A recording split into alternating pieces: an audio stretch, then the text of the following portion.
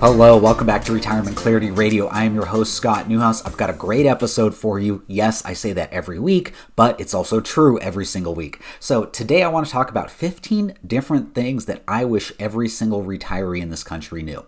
As we all know, there's a lot of noise in terms of newspapers, TVs, websites, family and friends, all saying different things about what we should be doing with our finances and how we should plan for our retirement.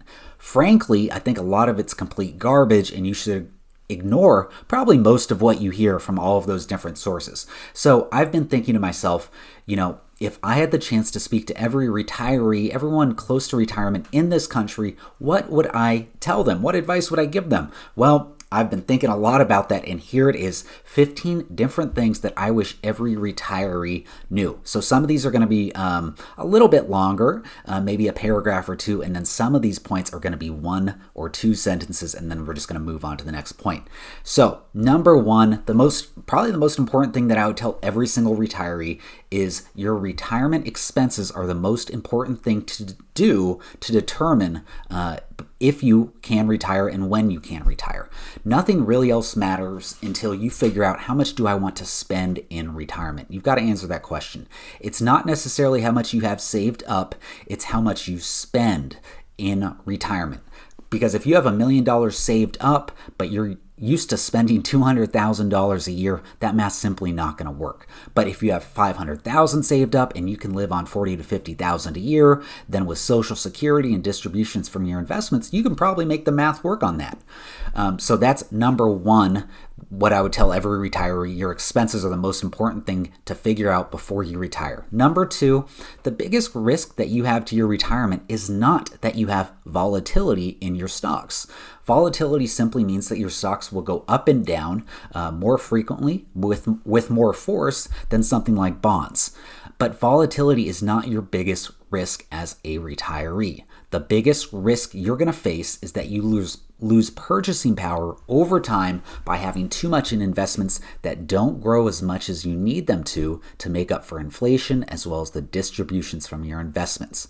In other words, if you get too conservative too quickly, if you have too much in cash and bonds and not enough in stocks, you're going to lose purchasing power over time, which could greatly affect your standard of living in your late 70s, 80s, and 90s.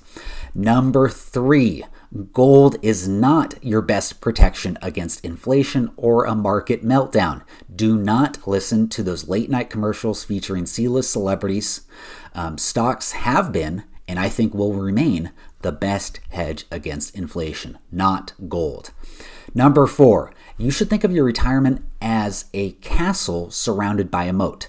And your investments in the stock market, they kind of represent that castle. And they need to be surrounded by a moat. And that moat is cash and some bonds to protect against those big temporary downturns in the market. Number five, if you have a retirement that lasts for 30 years or longer, which you might if you can stay healthy, then you're going to need to be prepared to see your portfolio drop by 10% or more dozens of times, maybe 25 times in those 30 years. And at least once in that period, you should be prepared for your stock portion of your portfolio to fall by 50%. Yes, 50%. Those 50% stock market drops have happened 3 times in the last century, so I think there's a pretty decent chance that in the next 30 to 40 years, it's going to happen again. Number 6, you need to have a plan for retirement income that accounts for the good times and the bad. How much are you going to take out of your portfolio when stock market returns are good? And then how much are you going to take out when stock market performance is bad? I really hope the answer is not the same exact amount, because it's just not a good strategy to take out the same amount in bad years as you take out in good years. Number 7, the first 10 years of your retirement are the most important in terms of the returns that you get in your portfolio. If you get great returns the first 10 years of your retirement, that puts you in even better shape than when you started your retirement. But if you get poor returns the first 10 years, then you need to watch things much more closely. The technical term for this is called sequence of return risk. And what it explains is how important it is for you to watch the order of the returns that you get as opposed to the average return. So let me put this into practical terms because I know I'm saying a lot. of technical terms there. Let's say you get a 6% return the first 10 years of your retirement, and then the next 10 years you get a 0% return. That is a much, much better situation for you than if you get a 0% return the first 10 years and then a 6% return the next 10 years. Because the average return for those 20 years is 3%. So it's the same in both of those situations. However, with your distributions that you're going to take out in those first 10 years, it would greatly benefit you if you got a positive return the first 10 years and nothing the second 10 years, as opposed to the opposite. And again, the technical term is called sequence of return risk. That's number 7. Number 8, how you spend your time in retirement is far more important to your overall happiness than any monetary goal, and it will be way more important to you than how much money you ultimately pass away with. No, I don't want you or anyone else to run out of money at any point, but once you have a solid plan in place to get you the income that you need, your focus should not be on your money, and it should be on the things in life that are going to bring you the most fulfillment and the most happiness and purpose. People lose a part of themselves whenever they quit their full-time job, their 40-hour-a-week job. And so what I want you to do is ask yourself, how are you going to replace that time that you no longer spend at work? How are you going to find meaning and purpose into your life? And you've really got to, spend a lot of time on that, because you're going to have 30 years in retirement. So we've got to, make sure that we spend that time in a purposeful way. Number 9, it is perfectly okay for you to draw down principal from your investments. Too many people that I speak to think that this is something that should be avoided at all costs. I don't agree. And I don't think drawing down your principal in and of itself is a reason to panic. You need to get comfortable with spending the money that you've worked so hard to earn. Number 10, your 50s and your 60s are the absolute best time for you to enjoy your bucket list. So enjoy them now while you have the health and energy, and do not push off anything that you really want to do in life. Number 11, even if you are financially fine, I think you should at least consider starting a small business or some kind of hobby business. Small business owners in their 50s and 60s are actually the most successful. When you look at all the studies about, the ages of people that start a small business, people in their 50s and 60s have the highest rates of success, and that's in large part due to their life experiences. No, it does not have to cost a whole lot of money to start a business these days, so it won't be a drag on your finances if it doesn't get off the ground floor. However, the mental stimulation can be really, really rewarding. Number 12, your time is your most precious asset, so use it wisely. We all see and know of people passing away way too quickly, way too young.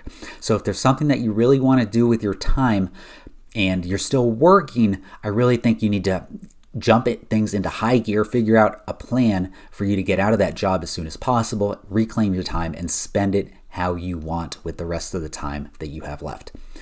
Number 13, everyone should do some kind of weightlifting as they age. No, this is not typical advice you're going to hear from a normal financial planner, but we lose muscle every year after 30, and it really accelerates in your 50s and your 60s. So if you can get to the gym and lift some weights 2 to 3 times a week, that will help slow down your muscle loss, and it's going to help you maintain your independence, especially later on in life.